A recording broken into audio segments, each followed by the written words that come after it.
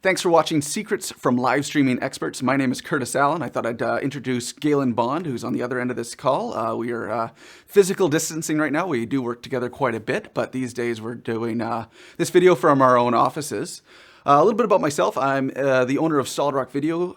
We are a company here in Kelowna that does a lot of corporate videos, documentaries, but also live streaming. We're one of the very few companies that has actually kind of figured out the live streaming, and that's why we wanted to make this video and share it with you.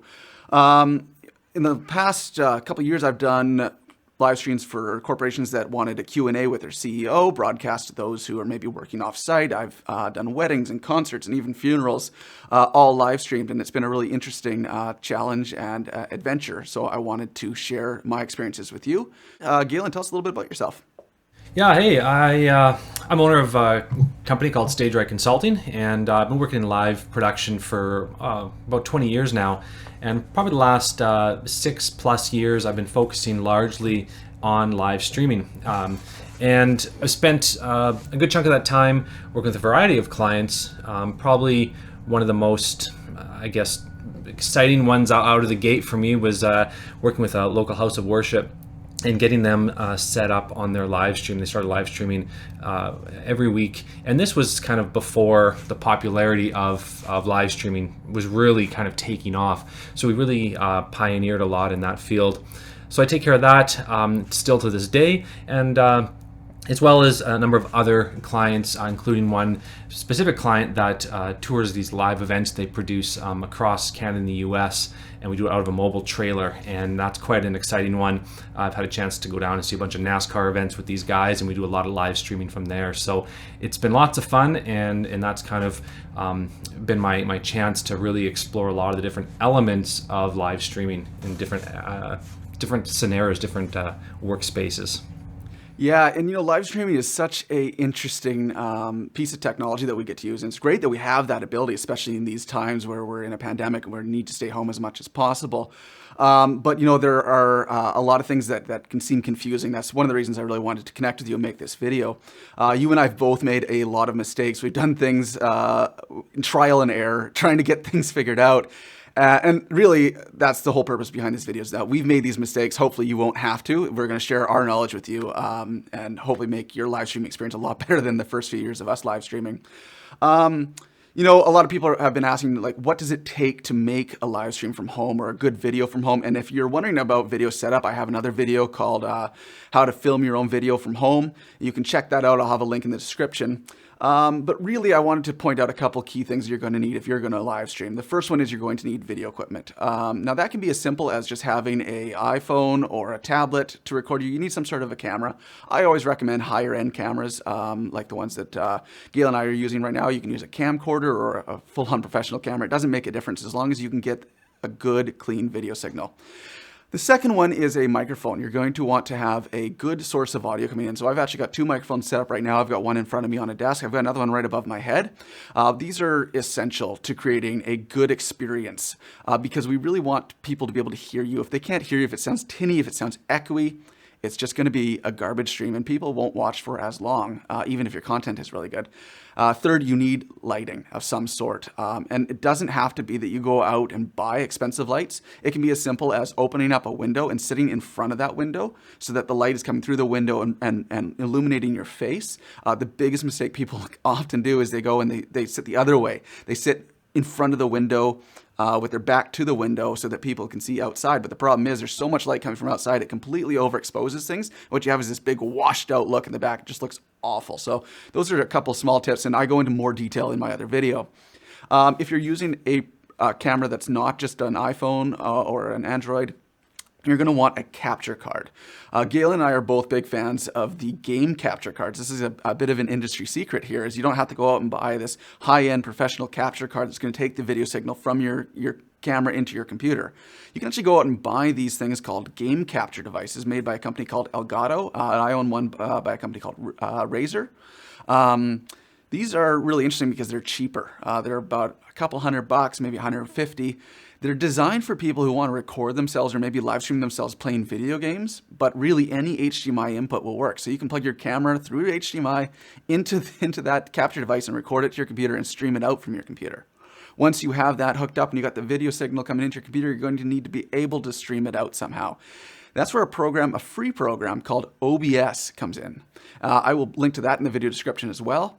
OBS is a fantastic free piece of software that allows you to take that video signal from your capture card, send it out to YouTube, to Facebook, or to some of the more advanced streaming features that we're going to talk about a little later in the video. Highly recommend OBS. Fourth, I should say, you're going to need a streaming provider. Now that could be as simple as sending it to Facebook. It could be as simple as sending it to YouTube, or you could use Zoom, Google Hangouts. There's so many options. We're also going to talk about some more advanced options Galen's going to get into in a little bit. Lastly, you're going to want to make sure you have a really good internet signal. If your internet signal, especially your upload speed, is garbage, you're not going to be able to do a very good live stream. So we recommend, number one, having a good internet connection from your ISP. Probably 15 megabits up would be the lowest I would recommend. And honestly, don't use Wi-Fi. Use a wired connection if at all possible, because it's just going to make things easier for you. Galen, I want to talk a little bit about the need for choosing the right streaming provider, and kind of some of the options that you've experienced as you've kind of figured that out, because you've streamed to a few different places.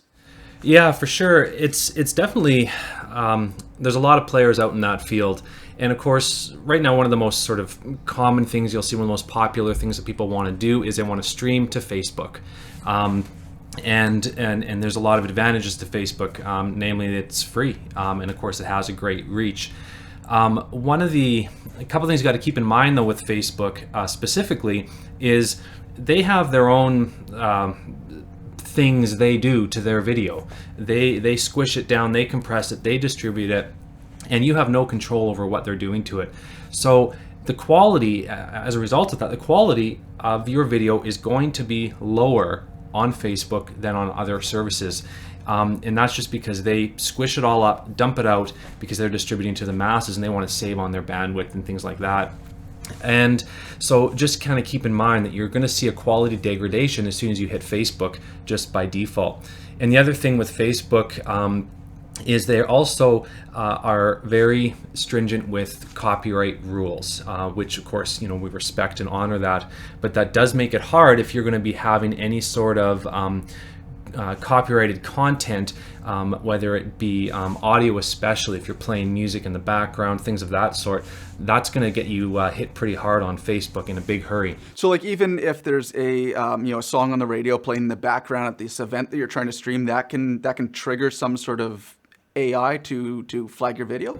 Absolutely. Yeah, I've definitely experienced that before where live videos, in fact, even in some cases midstream, they have had the streams taken down and just stopped by Facebook's algorithms because there's been that music playing in the background. And so you do have to be careful. Even if you've contacted the owner of that song and they've said, yes, you can use it, Facebook doesn't recognize that. So they just simply say, you can't do it, it's copyright, shut you down. And it's just like 2 or 3 flags from Facebook and you're in hot water. So it's definitely something you gotta be really careful of. So if it's just like a presentation to a group of people, you're gonna be speaking, then you don't have to worry so much about that material. YouTube's another great platform. They have a great service, and of course, we're all familiar with YouTube. A lot of great features and functionality in YouTube. They have great adaptive bitrate service as well, which we'll talk about a bit more here as well. But again, you're really at the mercy of their copyright. And again, YouTube being owned by Google has just a brilliant AI, which is really helpful in so many cases. But in the case of your live stream, again, you really have to be careful because that will get you flagged, and you could definitely find your stream getting cut off or you getting banned from YouTube altogether. I've even noticed sometimes they'll put ads on your video that you don't expect because they're trying to monetize things or whatever. It's sort of best practice in my experience, as you're mentioning, to just kind of avoid any copyrighted music at all costs. Yes, it's just the best thing to do. Just you're going to save yourself a lawsuit if you do it, no matter what. So while it might be kind of fun if you're doing a home video to show to your friends to take the most popular song on the radio, that's fine. But as soon as you start live streaming that, you're going to find yourself in a heap of hot water. So just don't do it. That's pretty much the best practice for that. So, at the end of the day, those are a couple of the kind of key free platforms that people will tend to utilize. They have their downsides. The most important thing, though, if you're looking at other services, again, which we'll kind of dive into, is the adaptive bitrate, or ABR. And that's a really key component, regardless of which platform you're going to use to stream to. And what essentially adaptive bitrate is it actually sends out your stream in a variety of renditions. And so if you're watching on a nice computer in your office with a good solid wired connection and a great 4K monitor, you're going to see a crystal clear video, and you're going to be processing a lot of bandwidth to receive that. But then if you're out, maybe you're stuck on the freeway, although I don't recommend you ever use your phone in the car, but maybe you're stuck in the freeway and you're watching that live stream from your phone, you're going to be doing this over an LTE connection, and it's going to be a much lower available bandwidth. And so adaptive bitrate will actually detect what device you're using and what your bandwidth capacity is, and it will give you a rendition that best matches to give you the best quality experience you can without buffering and having to have choppy video and things like this. And so that's really key in order to allow your audience to engage no matter where they are. So when you're looking at platforms, make sure that it will offer you that adaptive bitrate streaming. And that's a huge key piece. And I think one of the interesting things about adaptive bitrate that I've experienced is that you're really only sending one signal out. You're sending a really good high quality signal out, and then it's whether it be YouTube or another one of these streaming providers we're going to talk about, then goes and then parses that out into multiple different streams for people. So if you only have 15 megabits to stream out, you send one stream, and the server does the rest, which is really quite neat. Yeah, and that's actually a great point, because if you think about it, if you have, if you're sending out one stream and you have, like you say, a 15 megabit connection, and you're pushing out at maybe 6.5 upload speed, so you're getting a decent high quality stream going out.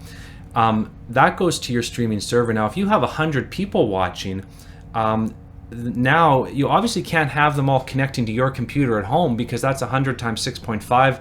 You don't have that kind of bandwidth. So you need them to be connecting to your streaming server. And ultimately as well, if you start talking about larger audiences especially, you start talking about audiences that are potentially spread across the country or across the globe, frankly. And now you're talking about needing to distribute your live stream on an entire network, an entire content delivery network.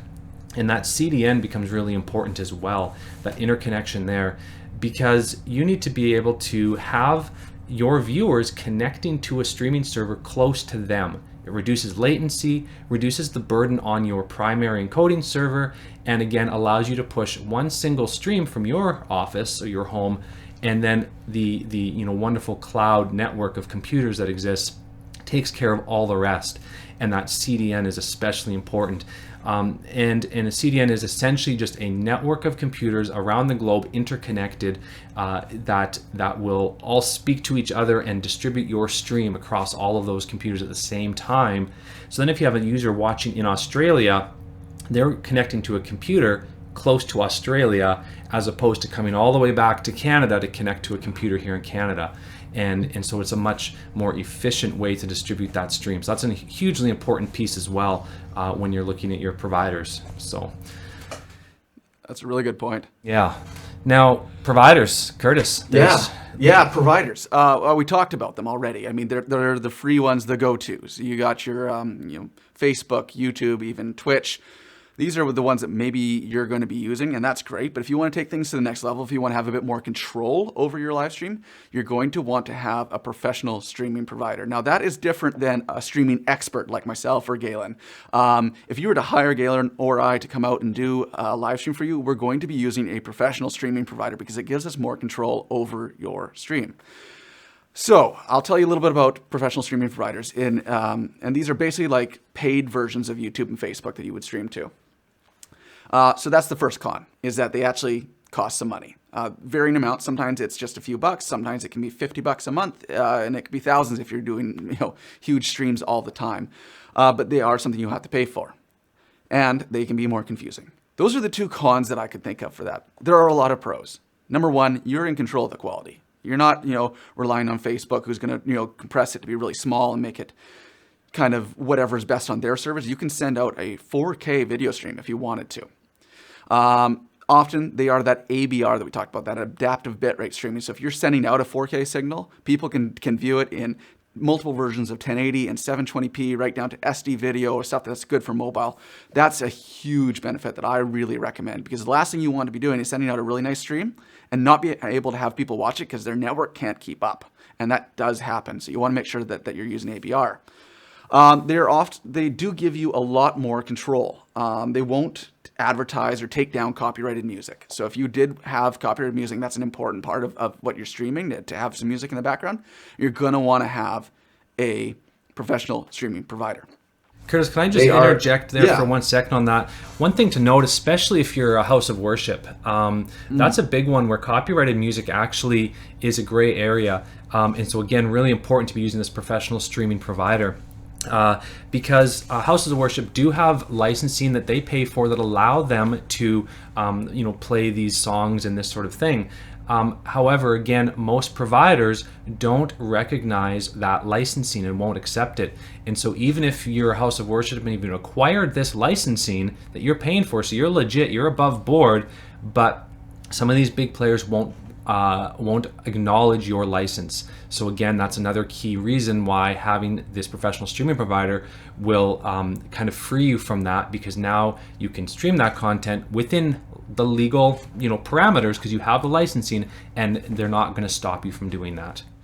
Yeah, super good point, and something that is just so critical, because you just don't want to have something to go wrong when you're streaming to a live audience, right? It'd be like the fire alarm going off at your live event. It's the same thing. It stops everything, and you just don't want that. The other thing I really like about them is you have a lot more control over the player. It can be a nice, clean-looking player. You can have a logo up in the corner. You could have a countdown clock on it. A lot of them. There's a lot of features that we'll get into in a little bit that are really nice. They're also white labels. You're not going to see the logo of the company. You're not going to see YouTube or Facebook's logo on your stream. Speaking of Facebook, though, and YouTube, you can use these streaming providers, these professional streaming providers, to actually not only stream to an embeddable player that you can put on your website, you can also send a stream from there out to Facebook and YouTube. So you can have a stream going in 3, 4, 6 different locations on a bunch of different accounts all at the same time, and all you have to send out is one video signal. Really love that feature. And as Galen mentioned, they utilize CDNs, and that is so critical if you have viewers watching, especially from all over the world, they can connect to a server that's really close to them. Galen, I'm curious, because I know that you have used a ton of these professional streaming providers in the past. You've really become the expert in our town of which one to use, because you've kind of sampled the major players. Wonder if you could maybe give us a little bit of a rundown of the people you tried and your experiences with them. Yeah, no, for sure. Now, it's important to know that I'm not, by no means do I want to, diminish any one over another, but my experiences are what led me here into where I am with what I've chosen.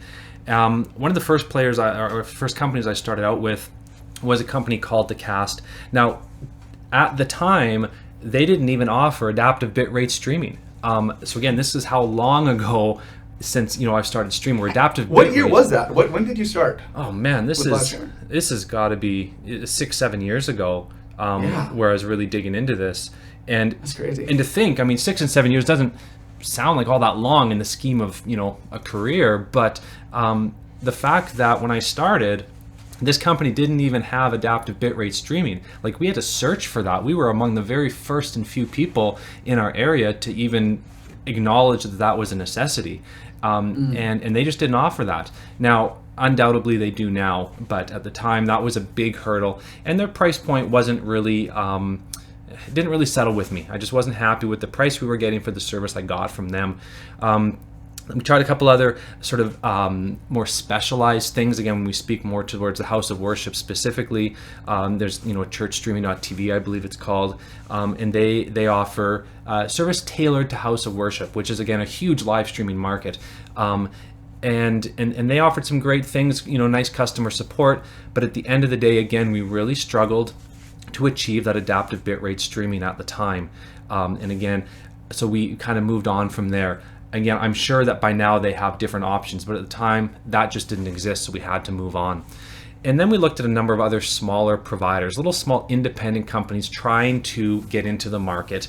I'm a small business. I love to support small business when I can, and I certainly tried. And unfortunately, this is one of these areas where you're talking about event critical live streaming. You can't really muck around, and these number of little small players I tried just couldn't deliver the reliability of service that we needed in order to maintain consistent results. And then I kind of stumbled upon a company called Wowza, and it's an AWS company. And so you can imagine AWS company, it's run on AWS infrastructure, and obviously has the global scalability that you would expect from a company like AWS. And they've been my staple ever since. Right out of the gate, they offered us adaptive bitrate streaming, great price points, and a variety of solutions depending on your technical abilities. They offer their streaming cloud. You can customize a streaming engine as well. You can self-host that on the AWS infrastructure. You can host their engine on Google Cloud infrastructure if you prefer to use Google. So there's a variety of ways you can integrate with that. But I've been really impressed with them, and I have ultimate control, and the price point is great. It's really predictable. And I just haven't had any problems since I switched over to them a number of years ago, and now it's my go-to recommendation across the board. Absolutely. Oh, that's great. Yeah, I know that Wowz is what I use. You introduced me to it, and I love it too. It can seem a little bit, it doesn't look as polished as the YouTube Studio or Vimeo, like we'll talk about in a second, but boy, does it ever let you have control, and I really like that. Absolutely, it's really great because the key is at the end of the day, what matters is what your audience sees. And if you have to do a bit of a learning curve on the back end side to dial things in, that's kind of on you. But what matters is that your audience has a good experience at the end of the day. And so I can't really recommend them any higher. I think that that's a great solution. But there definitely is other providers out there. And Curtis, like you mentioned Vimeo. What about them? Yeah, so if I was to recommend a streaming provider, professional streaming provider, to somebody just getting into the live streaming industry to try out their first stream, I would absolutely recommend Vimeo live streaming. Vimeo is a video company that I've been using for years to host all of my videos that we do for our clients. But they've recently bought a company called Livestream, and now they are one of the top players in the professional streaming industry. Things I like about them, they're going to be really easy to work with. Their system, their back end is just really user friendly. Their quality of video is top notch. They do the adaptive bitrate streaming. They can password protect it. They can make the stream private, so only people with a private link can view it. They allow for on-screen graphics, so you can put lower thirds of people's names on there from the browser as you're streaming, which I think is pretty neat. They have a chat feature and a Q&A feature and polls that you can do so you can be interactive with your audience. They are a little bit more expensive, but I really think that you pay for the ease of use and the quality that you're going to be getting.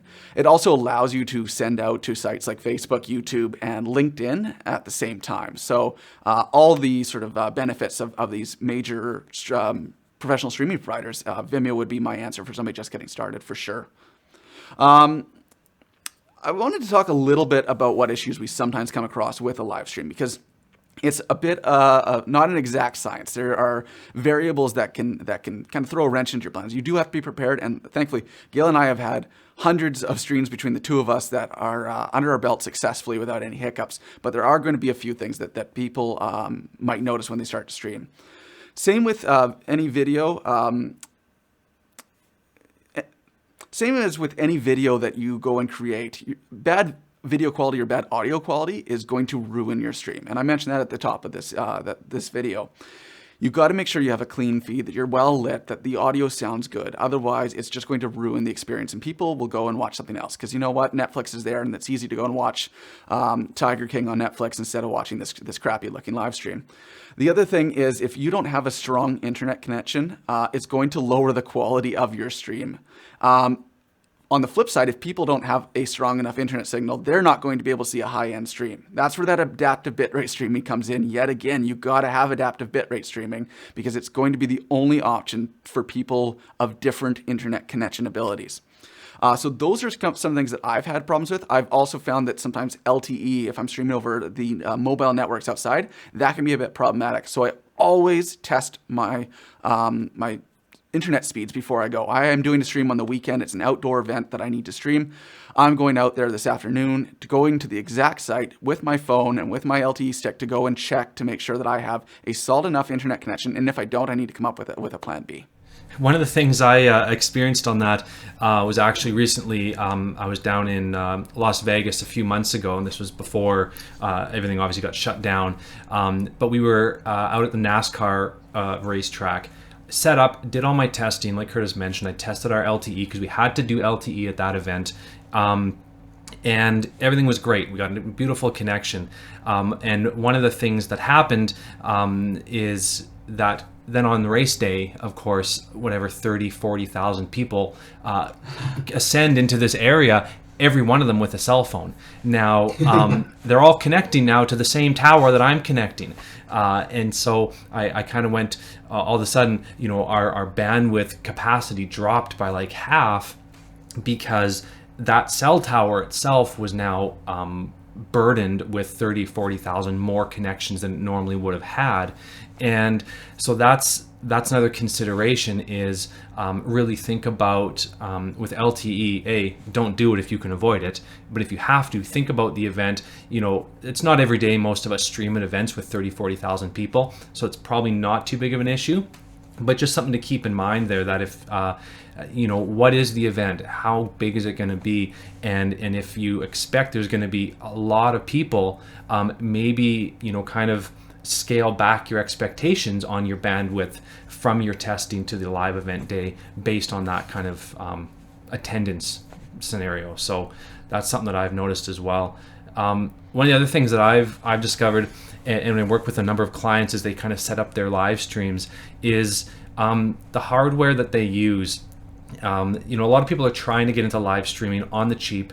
They're trying to, get it started. I don't blame them. It can cost a lot of money to kind of start from zero. So you kind of piece together what you've got. But then what you run into is perhaps 2 or 3 different cameras that are all different, maybe different makes and models, different styles, different sensors in them, things of that sort, that actually when you cut between camera A to camera B, now you've got a difference in the physical appearance of that image. And that's going to ultimately lower the quality of your live stream as well. So when equipment's mixed matched, when hardware, maybe your capture card doesn't work with your computer because your computer's too old, things like that, you're going to have all these sort of struggles. And unfortunately, when it comes to video as a whole, you're at the mercy of the weakest link at all times. So you could have everything fabulous, and if you have, your router is just a little cheap thing you bought at the local Radio Shack or whatever, that's going to be your weakest link, and you're going to see the problems there, and then you can't do any better than that one piece of equipment. So your hardware is really important. The entire chain of hardware really has to be thought out, designed, and compatible altogether to give you a full, across the board, high quality end result. So that's another thing that I've worked with clients on for sure. And I think this is going to be the point where a lot of people are watching this and kind of going, okay, I was really jazzed on this idea of doing a live stream, and it sounded like, I could just use my phone and hit the button and everything's going to be good. And now I'm realizing that if I want to do it right, there's so many things that could go wrong and so many challenges that need to be worked out. I don't want this to dismay anybody. You absolutely should start live streaming, even if it's just over your phone. But I guess the question becomes, when should you hire a professional to do the live stream instead of just doing it yourself? And so we've come up with a couple little kind of scenarios that we wanted to share with you. as you think about whether this is worth doing yourself. So the first one for me is, I would say that if you want to have more than one camera source, so whether that be you have multiple cameras from multiple angles, or you want to overlay pictures or graphics or a PowerPoint, you're going to need some pretty complicated software, and it's actually pretty expensive as well. And that would be a really good opportunity to bring in somebody who already owns that, because it's going to just be cheaper for you in the long run. Second one, if you want it to look more polished with, like, the video fading in and graphics on the screen, you're going to want to hire a streaming professional who's got this, the abilities and the software to make that happen. And thirdly, for me, it's if you want to have somebody in control who has the knowledge, the technical understanding, and the problem-solving abilities to be at the helm of your stream, this is a really good opportunity to trust a live streaming professional. Yeah, another key thing is, again, you kind of alluded to this as well, Curtis, but it is really, as soon as you start talking about wanting graphics on your screen, you see like on news broadcasts, they have the, little bugs across the bottom, things like this. All those elements are great. They can add a lot of value to your stream. That's something that's very common, again, back into a house of worship scenario, is they want to have the song lyrics on the screen, or they want to have the speaker's presentation notes up on the screen, things like this. Those are all things that become more complicated to do, and you're certainly going to have a heck of a time doing that with just an iPhone or something simple like that. So definitely, as soon as you want to start getting to those sorts of elements, you're going to need to bring somebody in who can really help put that together for you. And when you start also talking about distributing your stream beyond just a direct push to Facebook or to a very small group of people, and you need to start looking at streaming providers and CDNs and setting up your adaptive bitrate scheme so that it's the best plan based on what you can input. Those are all kind of the more complicated technical issues that, again, these are things that Curtis and I deal with all the time. This is what we do, and so you're definitely gonna want to lean on a professional for that, because that's just a learning curve that again, we've spent the time, we've done we've made the mistakes, and there's no point in you spending your money, wasting your money making mistakes when you can bring someone in who knows what they're doing. And ultimately, at the end of the day, if you really want your stream to just look professional, and that's where you come in with the eye and of lighting, your audio, just all the camera settings, all the pieces that have to play together. There's a lot of little components that fit together to make that look professional.